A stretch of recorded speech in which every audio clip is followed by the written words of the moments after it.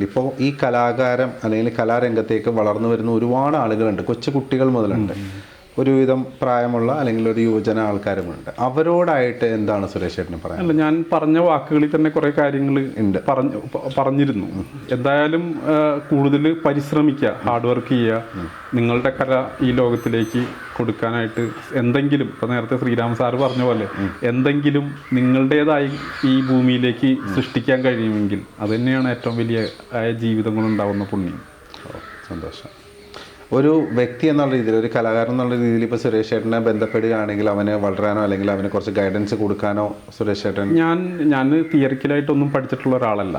അപ്പം അതുകൊണ്ട് തന്നെ ഞാൻ പറയുന്ന കാര്യങ്ങളെല്ലാം കൃത്യമാവണമെന്നില്ല. പക്ഷേ എനിക്കറിവുള്ള കാര്യങ്ങൾ, ഞാൻ ചെയ്യുന്ന കാര്യങ്ങൾ എങ്ങനെയാണെന്ന് പറഞ്ഞു കൊടുക്കാൻ എനിക്ക് കഴിയും. അപ്പോൾ അത് ഞാൻ ചെയ്യാറുണ്ട്. പല സ്കൂളുകളിലും കോളേജുകളിലൊക്കെ പോയിട്ട് ഞാൻ ചെയ്തിട്ടുള്ള വർക്കുകളുടെ വീഡിയോയും ഫോട്ടോ ഒക്കെ കാണിച്ചുകൊണ്ട് അതെങ്ങനെയാണ് ചെയ്തത് അല്ലെങ്കിൽ എന്താണ് ചെയ്യുന്നത്, അവരുടെ സംശയങ്ങൾക്ക് മറുപടി പറയാനും ശ്രമിക്കാറുണ്ട്. നമ്മുടെ അറിവുകൾ മറ്റുള്ളവരിലേക്ക് പകർന്നു കൊടുക്കാൻ യാതൊരുവിധ മടിയില്ലാത്ത ഒരാളാണ് ഞാൻ. അത്തരത്തിൽ, അല്ലാണ്ട് മറ്റുള്ള തിയറിക്കലായിട്ട് പഠിച്ചുള്ള സംഭവങ്ങളൊന്നുമല്ല, ഞാൻ ചെയ്യുന്ന കാര്യങ്ങൾ പറയുന്നു, അത്രേ ഉള്ളൂ.